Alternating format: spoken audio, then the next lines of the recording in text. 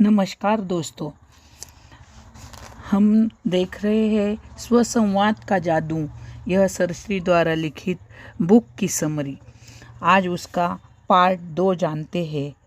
हमने दूसरी जगह काम करते हैं तो समस्या कैसे सुलझती है, इस रहस्य को जाना है।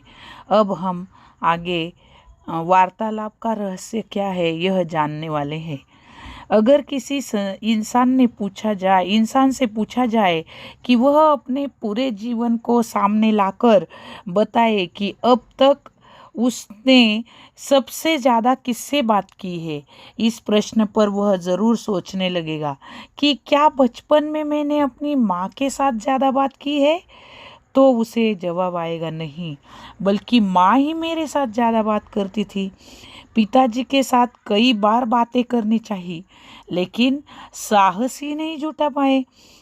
पिताजी के साथ तो तभी बात होती थी जब परीक्षा के बाद प्रगति पत्रक पर हस्ताक्षर लेने की आवश्यकता पड़ती थी। भाई बहन के साथ तो काफी समय झगड़ा करने में ही चला जाता था। वैसे तो कई दिनों तक मौन व्रत ही चलता रहता था। उसके बाद उसके मन में यह सवाल आएगा कि क्या मित्रों के साथ ज़्यादा बातें की थी।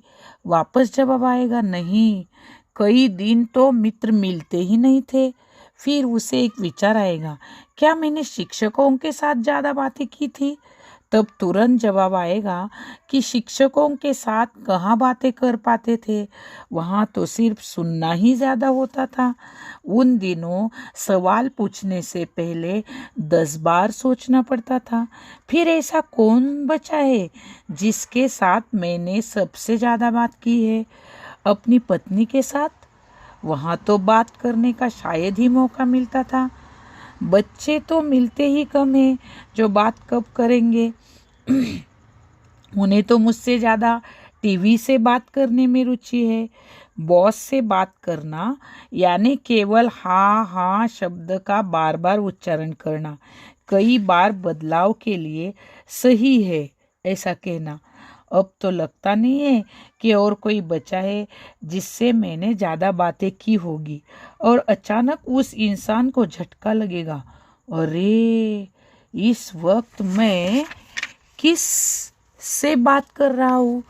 शायद यही तो वह है जिससे मैं सबसे ज़्यादा बातें करता हूँ। मैं तो अपने आप से ही सबसे ज़्यादा बातें करता हूँ। शायद पूरे के पूरे दिन में मैंने अपने आप से ही बातें करता रहता हूँ। चाहे दिन हो या रात, सुबह हो या शाम, हर पल मैं अपने आप से ही तो बातें करता रहता हूँ। अगर अपने पूरे जीवन को देखा जाए तो जितनी बातें हमने अपने आप से की है उतनी किसी और से नहीं की होगी। आज तक जब भी खाली समय मिला है हम अपने आप से बातें करते हैं, और ऐसा कहे कि अपने आप हमारे अंदर बातचीत शुरू हो जाती है, जिससे हम रोकना चाहे तो भी नहीं रोक पाते। कोई भी विषय क्यों ना हो, हमारे अंदर विचारों की श्रृंखला शुरू हो जाती है, चाहे उस विषय से हमारा संबंध हो या न हो। जब हम अकेले रहते हैं तब भी विचार मन में चलते रहते हैं, और जब हम किसी से बातें करते हैं तब भी विचार रुकते ही नहीं हैं। मनन करने पर हमें पता चलेगा कि अकेले में और भीड़ में हम दोनों जगह पर जिससे बातें चलती है वह तो मैं खुद ही हूँ। एक साथ कई बार या शायद हर बार मैं 2 लोगों से बातें करता रहता हूँ, एक सामने वाले से और दूसरा खुद अपने आप से।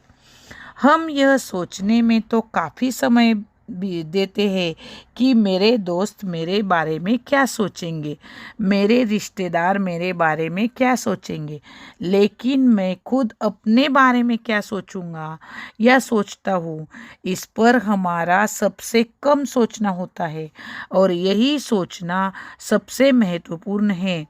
लोग हमारे बारे में क्या सोचते हैं, इससे भी ज़्यादा यह महत्वपूर्ण है कि हम अपने बारे में क्या सोचते हैं। और यह ज़्यादा स्वाभाविक है क्योंकि हम अपने आप को सबसे ज़्यादा सुनते हैं। हमारे अंदर ऐसी कई सारी बातें होती है जो हमें हमारे बारे में बताती है।